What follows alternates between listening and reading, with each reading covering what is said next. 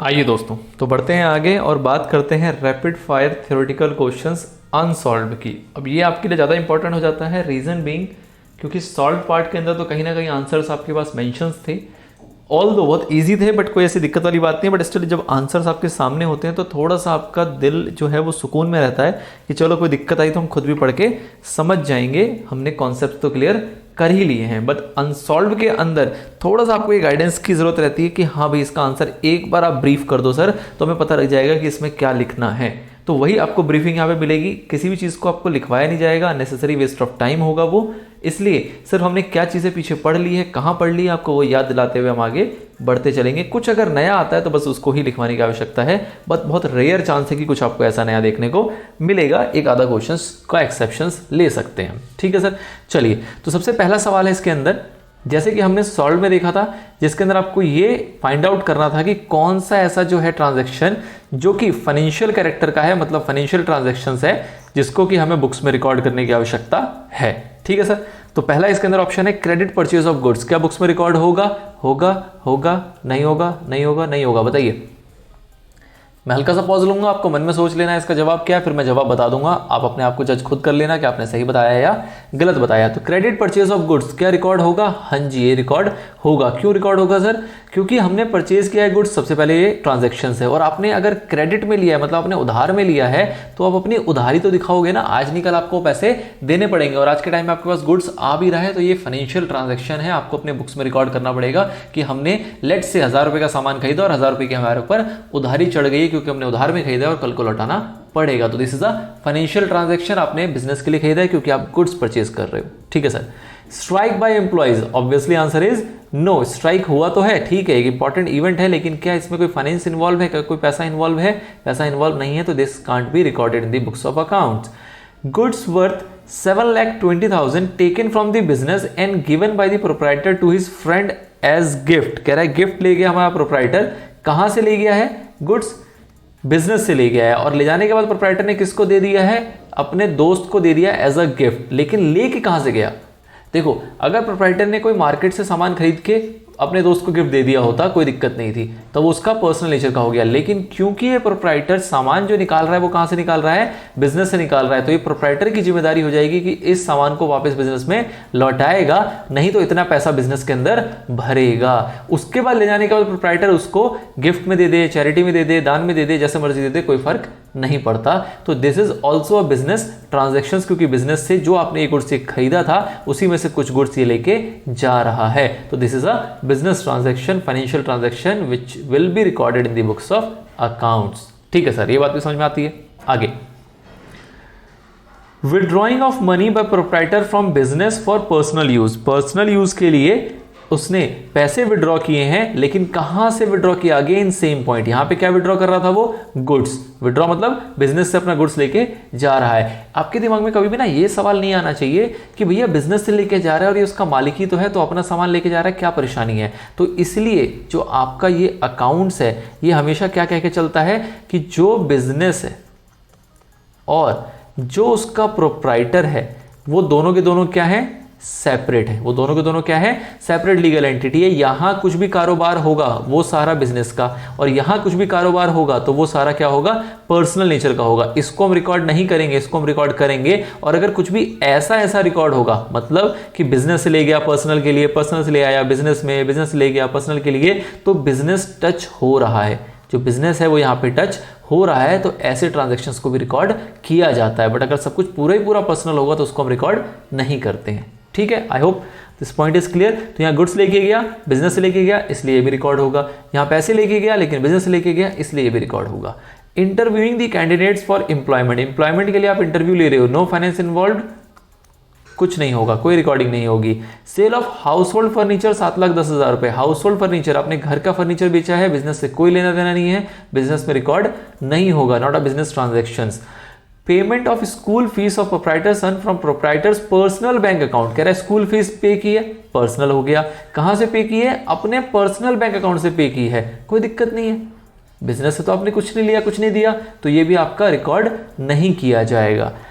Make promise to send the goods, कह रहा है किसी को प्रॉमिस किया कि हम आपको गुड्स भेजेंगे, भेजा नहीं है अभी, सिर्फ वादा किया, तो वादा किया तो करके भी निभाना, लेकिन फिलहाल उसको रिकॉर्ड नहीं करेंगे। वादे को तब रिकॉर्ड करेंगे जब उसको यहाँ पे रिकॉर्ड तब होगा जब यहां से गुड्स भेज दिया जाएगा। Receiving an order to send goods, कह रहा है एक ऑर्डर आया है, रिसीव किया आपने ऑर्डर, ये इसी एच के आगे कंटिन्यू होना था, ऑल्दो इसकी नंबरिंग पे ध्यान मत देना, आप क्वेश्चंस पे ध्यान दो, फिलहाल इस पे ध्यान ना भी दे तो चलेगा। Receiving an order to send goods, आपको एक ऑर्डर आया गुड्स सेंड करने के लिए, ऑर्डर आया है, पैसे नहीं आए, गुड्स अभी गया नहीं है, तो this is also an important event but not a financial transaction, तो बुक्स में आप रिकॉर्ड नहीं कर पाओगे। Loss of goods by fire, क्या बुक्स में रिकॉर्ड होगा? यस। क्यों? गुड्स आपके लॉस हो गए, मतलब जल गए, आग लग गई, तो आपका गुड्स जा रहा है, तो आपको यहाँ पे इवेल्युएट करना पड़ेगा कि कितने का नुकसान हुआ, और जितने का नुकसान हुआ उतना नुकसान आपको गुड्स में से माइनस करना पड़ेगा, अपने लॉसेज में दिखाना पड़ेगा। This is a financial loss, this is a business loss, तो ऑब्वियस सी बात है फाइनेंशियल ट्रांजेक्शन है, ये रिकॉर्ड किया जाएगा। Value of human resources, human resources की वैल्यू होती तो बहुत है, लेकिन क्या उसको फाइनेंशियल टर्म्स में आप निकाल सकते हो? निकाल भी सकते हो, तो क्या उसको आप वेरीफाई कर पाओगे? कुछ उसका सपोर्ट होगा? नहीं, कोई सपोर्ट नहीं होगा, तो क्या आप इसको बुक्स ऑफ अकाउंट्स में रिकॉर्ड कर पाओगे? तो इसको आप रिकॉर्ड नहीं कर पाओगे। तो these are the few question जिसमें आपको ये डिसाइड करना था कि whether they are financial in nature और not, and if they are financial in nature then we have to record in our books of accounts. ठीक है सर, चलिए जी, सारी मेहनत यहीं तक की थी, बाकी तो अब आपको सारे रिपीटेड क्वेश्चंस दिखने वाले हैं। अगला सवाल आता है क्या? What is meant by book keeping, आपको पता है डेफिनेशन, आराम से चिपकाओगे, काम खत्म। अगला सवाल आता है क्या? Give any one definition of book keeping, same चीज, यही सवाल का जवाब, जो यहां पे लिखोगे वही यहां पे लिखोगे, आगे बढ़ोगे। What are the main objectives of accounting, आपने लिखा था ऑब्जेक्टिव्स का मेन अकाउंटिंग क्या है? प्रॉफिट लॉस को असरटेन करना, आप यहां पे मेंशन कर दोगे। इज अकाउंटिंग अ साइंस और एन आर्ट, आपको पता है साइंस भी होता है, आर्ट भी होता है। साइंस क्यों? क्योंकि प्रिंसिपल्स, रूल्स वगैरह यहाँ पे अप्लाई किए जाते हैं, और आर्ट क्यों? क्योंकि यहाँ पे आर्ट होती है किस चीज की? Classifying, summarising, recording and bla things, आपने पीछे पढ़ा हुआ है, डिट्टो यहाँ पे आप लिख सकते हो। What are the main branches of accounting, आपने पढ़ा था, cost accounting, financial accounting, management accounting, tax accounting, तो ये सारी आपके ब्रांचेस ऑफ अकाउंटिंग थी, आप यहाँ पे उसको आराम से कोट कर सकते हो। Give any one advantages of accounting, accounting की एक एडवांटेज पूछ रहा है, आपने बतेरी सारी एडवांटेजेस पढ़ी है, कोई भी एक यहाँ पे चिपका सकते हो। For example systematic records of business transactions. Limitations बतानी है, आपने लिमिटेशंस पीछे भी देखी थी सॉल्व वाले पार्ट में, जिसमें हमने हिस्टोरिकल कॉस्ट लिखा था कि accounting is always based on historical cost, this is the one of the limitations of accounting. इसके अलावा आप क्या लिख सकते हो? इसके अलावा आप लिख सकते हो कि विंडो ड्रेसिंग की पॉसिबिलिटी भी यहाँ पे होती है। पूछ रहा है आपसे who are the internal users of accounting information, ये तो सेम क्वेश्चन हो गया, यही आपने सॉल्व में देखा है, डिट्टो क्वेश्चन है, वहीं का आंसर चिपका के यहाँ पे चिपका देना। Who are the external users, जो इंटरनल नहीं होते वो एक्सटर्नल्स होते हैं, जैसे कि इंटरनल में आप लिखते हो कि जो डायरेक्टली कंसर्न होते हैं आपके मैनेजिंग या ऑपरेशन से, बिजनेस इंटरप्राइज के मैनेजमेंट या ऑपरेशन से जो डायरेक्टली कंसर्न होते हैं वो आपके इंटरनल यूजर्स होते हैं, और जो इनडायरेक्टली कंसर्न होते हैं वो आपके क्या होते हैं? External users. बस इतना ही फर्क है, यहाँ पे आप डायरेक्टली वर्ड लिखोगे और यहाँ पे इनडायरेक्टली वर्ड लिखोगे, सवाल आपका सेम टू सेम चलेगा, जवाब भी सेम टू सेम हो जाएगा। What are the four main qualitative characteristics of accounting information? आपको पता है रिलायबिलिटी था, रेलेवेंस था, अंडरस्टैंडेबिलिटी था और कंपेरेबिलिटी था। इजिली खत्म हो गया। What is meant by single entry system और अकाउंट्स फ्रॉम इनकम्प्लीट रिकॉर्ड, हमने डेफिनेशन देखी थी जब सिंगल एंट्री और डबल एंट्री को समझ रहे थे, वहां हमने कहा था कि single entry books of accounts वो बुक्स ऑफ अकाउंट्स होते हैं जहां पे सिर्फ और सिर्फ कैश अकाउंट और पर्सनल अकाउंट बनाया जाता है, और इन अकाउंट्स का क्या नहीं होता? डुअल इंपैक्ट क्रिएट नहीं होता है। तो इस टाइप के अकाउंट्स को हम क्या बोलते हैं? Single entry system of accounts. What is meant by double entry system of accounts, तो डबल एंट्री सिस्टम क्या होती है? डबल एंट्री सिस्टम होती है जहां पे आप डुअल इंपैक्ट क्रिएट करते हो, such as debit and credit. तो हर एक ट्रांजैक्शन का जब डुअल इंपैक्ट क्रिएट होता है तो उसको हम बोलते हैं कि वहां पे double entry system of accounting follow की जा रही है। एडवांटेजेस बताने आपको डबल एंट्री सिस्टम के, जो अकाउंटिंग के एडवांटेजेस हैं उसी को आप यहां पे लिख सकते हो, कुछ भी नया ताजा करने की आवश्यकता नहीं है। अगला सवाल, give any one limitations of double entry system, जो अकाउंटिंग की आपकी लिमिटेशंस थी उसी को आप यहां पे भी लिख सकते हो, such as based on historical cost और you can say window dressing, तो वो आंसर यहां पे भी चल जाएगा। अकाउंटिंग साइकिल क्या होता है ये भी हमने पढ़ा था। अकाउंटिंग साइकिल क्या होता है? जो कि स्टार्ट होता है किससे? रिकॉर्डिंग से, और एंड होता है किससे? कम्युनिकेशन से। तो इस साइकिल को हम क्या बोलते हैं? अकाउंटिंग साइकिल बोलते हैं। What will you prepare to know the financial position? Financial position जानने के लिए आप क्या बनाते हो? आप बनाते हो क्या? Balance sheet. ये सवाल भी सेम टू सेम है। अगला, which statement is prepare to know the profitability of the business. Profitability जानने के लिए आप कौन सी स्टेटमेंट बनाते हो? आप बनाते हो trading account and profit and loss account. ठीक है सर, पता था हमें। डिफाइन करो अकाउंटिंग को। आप अकाउंटिंग को डिफाइन बहुत बार कर चुके हो, इजिली यहां पे भी डिफाइन आप कर दोगे। व्हाट आर दी एट्रीब्यूट्स या फिर फीचर्स ऑफ अकाउंटिंग। तो फीचर्स ऑफ अकाउंटिंग आपको पीछे कवर किया हुआ है। व्हाट इज अकाउंटिंग साइकिल दोबारा रिपीट हो गया और ये आपका रिसेंट एग्जाम का क्वेश्चन भी है।